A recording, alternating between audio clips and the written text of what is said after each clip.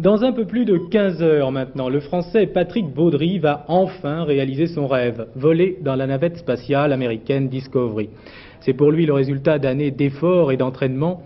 Mais avant son départ, Daniel Durandet a voulu nous montrer qui se cachait derrière l'astronaute. En définitive, vous allez le voir, un homme bien tranquille. Il vaut mieux avoir un bon entraînement physique, surtout un entraînement régulier, pas trop dur, qui donne un bon équilibre physique pour résister à tous les problèmes de l'impesanteur, qui sont quand même des problèmes assez difficiles pour le système cardiovasculaire. Et le fait de pratiquer un entraînement physique régulier, ça donne un bon équilibre général, et je crois que c'est excellent et très très important. Pas trop dur? C'est un régal.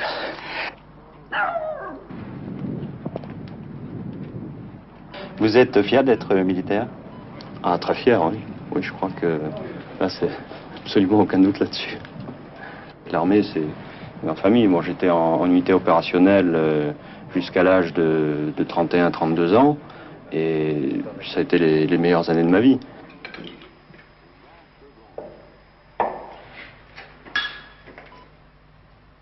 Je suis un amoureux du vin et un amateur dans le sens vrai du terme. C'est-à-dire que tout ce qui entoure le vin m'intéresse. Le vin, c'est toute une vie. Ce sont des gens qui s'en occupent. Et c'est ce que nous ont légué tous nos parents, nos arrière-parents. Est-ce que vous êtes gourmand ou gourmet? Très, oui. Je suis surtout gourmet. Je crois que la gastronomie, ça fait partie de la culture, au même sens que la littérature. Je n'ai pas de plat préféré. Il y a des choses merveilleuses dans la cuisine. Un bon confit avec des cèpes et le médoc qui va bien dessus. N'importe quel médoc, ça va très bien.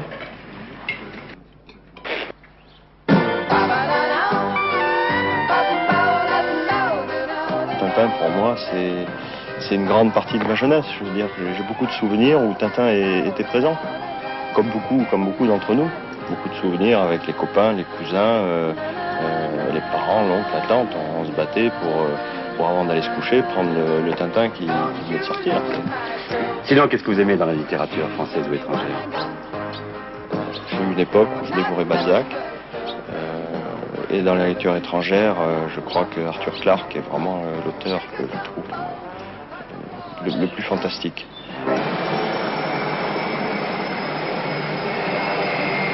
Voler, c'est ma vie pratiquement. C'est-à-dire que tout d'abord, c'est un métier que l'on doit apprendre, ce qui est long et difficile, ce que j'ai eu la chance de faire dans les meilleures conditions au monde, c'est-à-dire au sein d'une armée comme l'armée de l'air française. Et ensuite, c'est aussi réellement un plaisir, un besoin, une envie. Et voler, c'est un petit peu la liberté. On vole dans l'air ou dans l'espace. Vous avez déjà eu peur? Ça m'est arrivé, oui, d'avoir peur. Il y a des situations où on a une peur, la peur c'est un réflexe, mais ça dure jamais longtemps. Même certaines fois c'est tellement passager qu'on s'en souvient pas du tout. Mais ça peut être un réflexe dans certaines situations. L'essentiel c'est que ça ne dure pas et ça empêche surtout pas d'agir. Vous touchez la peau de l'avion là, vous pourriez vivre sans toucher un avion comme ça? Il faudrait essayer et je ne garantis pas la réussite.